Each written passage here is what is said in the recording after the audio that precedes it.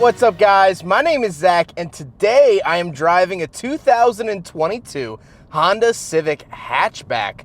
Up front is a 2.0 liter inline 4, and down below is a 6-speed manual transmission. Now, I am super excited to be driving this here Civic hatch for a couple of reasons. First of all, this is the brand new Civic hatchback. 2022 is the first model year, and I haven't driven one of these yet. The second reason is the fact that this has the manual transmission and the K20 engine up front, so we'll be talking a lot about that a little bit later on. But before we get on to anything else, I have a website, zackpradel.com, where you can check out stickers like this retro sticker pack or big friggin' bottle test sticker, both with free shipping. You could also submit your own vehicle to be reviewed by me through a quick and easy submission form. And you could read my behind the scenes blog to see what I'm filming before it comes out on the channel.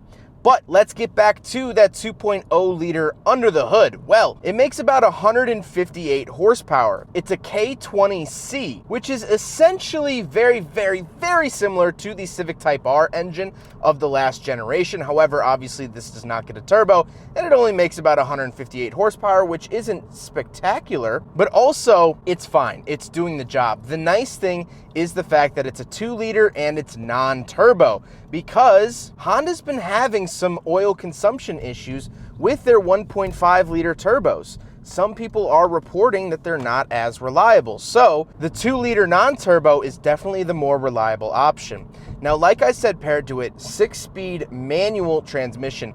I absolutely love this transmission. It feels great, very notchy into gear. The clutch is nice and light. It's definitely on the little too light side, but I'm okay with that.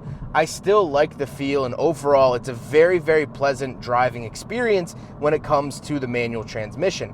Interestingly enough, you can only get the hatchback in manual. The sedan does not come in manual unless you get the SI. So the regular sedans you can't get in manual, but the regular hatches you can. Something else noticeable about the manual transmission is that the previous generation had this rev hang that was supposed to help new manual drivers, but in all reality actually sort of hurt the driving feel. That seems to be minimized here in the new generation of Civic. Last but not least, the Civic Sport Hatch is front-wheel drive. All right, K20.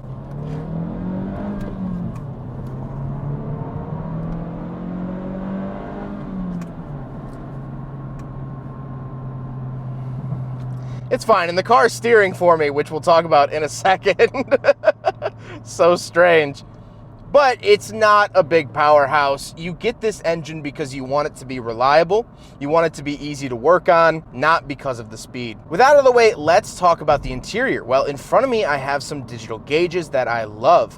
On the left is my tachometer, on the right is my speedometer, and in the center, I get my speed in digits, but I could also change it and switch through a couple of things. It's also giving me the road's speed limit while I'm driving on it, which is very nice. The tachometer also does something interesting where it only illuminates the numbers around the needle, meaning as you rev it up, it lights up the numbers that you're hitting, which is very interesting. On the steering wheel, on the left, I have skip track, volume source, home, and voice commands. And on the right, I have my cruise control options. So this does have adaptive cruise control, which in a manual transmission vehicle is great. And it does have active steering assist. So on the highway, it will actually help steer the vehicle and keep it in its lane and actually take very light turns, which is fantastic, not only in a modern car, not only in a Honda Civic, but something that has a manual transmission. Fantastic. The overall look and feel of the steering wheel is superb. It's nice and light. It's very fresh. It's very modern, and I like it a lot. Off to the left, I have one of my honeycomb vents and my gauge dimmer switch, as well as down below I have my little bubble button and my traction control off. This bubble button basically turns all of your assists and safety features off. And on the door, I have my power mirrors, power locks, and power windows. Moving into the center, we do have some Honda infotainment. Not gonna harp on this for too long. It's very basic. However, it is a fresh, new, and modern look for Honda. And of course, you get Apple CarPlay, Android Auto, and all of your nice features like that. The backup camera is decent. It's not the best in the world. However, it definitely works. And it has the adjusting lines for backing up, which is great. Then down below that, I get my hazard switch and my giant vents.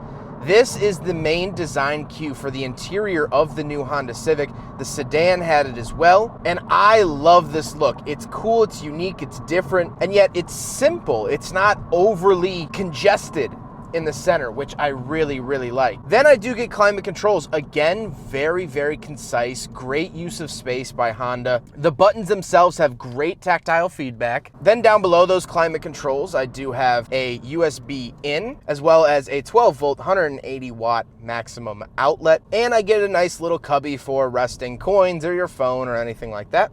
Moving into the center, off to the left, we have econ mode and auto start stop on and off. It's really, really annoying when a manual car has auto start stop because I thought I stalled the car. I didn't, but it made me think that. Luckily, you can turn that off. And then, of course, I have my power parking brake and brake hold. Love brake hold, but again, power parking brake is not fantastic in a manual car. I prefer an actual grip handle one, but that's okay. Then we have the shifter itself. Like I said, the shifter feels fantastic, but beyond that, it also looks really, really good. It looks concise, it looks calculated, it looks presentable, and I really, really love it. Down below, we do have some cup holders. So we will do a big friggin' bottle test here in the Honda Civic, and it really wants to pass, but it just barely won't go all the way down. So unfortunately, I have to fail the 2022 Civic Hatch on the big friggin' bottle test. Then I do get a center console, and we'll talk about the seats. The seats are cloth in the center. However, they do have leather exteriors, which is nice, but definitely very basic seats. Nothing really too interesting. They are manual seats as well, but that's okay. Speaking of seats, we do have back seats. So let's go do a back seat review. All right, so we're in the back of the 2022 Honda Civic hatchback, and plenty of space back here. Knee room, great. This is my driving position, which is slightly moved up, but not all the way up. So I still have good back seat and back knee room back here.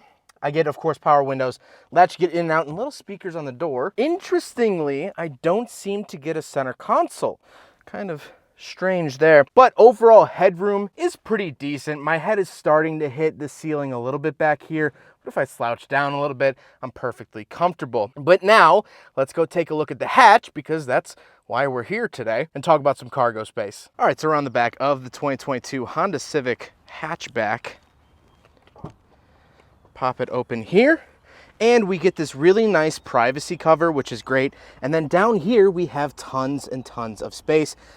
This is the front license plate bracket, which obviously won't get used. And then you could pull this up and you do get a spare tire, which is great. A lot of companies just do a can of Fix-A-Flat and leave you to your own devices. This actually gives you a spare tire. The actual hatch opens up pretty wide too, because it's actually kind of long this way, which is really, really nice. Tons of loading options. And if you want the hatchback Civic, this is what you get. And I think this is honestly a pretty great size. Now we got to talk about the looks, and there's two things I want to touch on. First of all, this color. This color is known as Boost Blue Pearl, and it is a $395 option. So you have to pay a little bit of extra for the Boost Blue. However, it's not available on all trims. But now let's get to my final thoughts. And for that, I want to go back to the year 1974.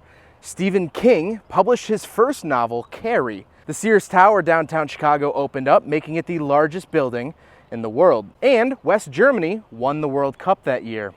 But something else happened that year.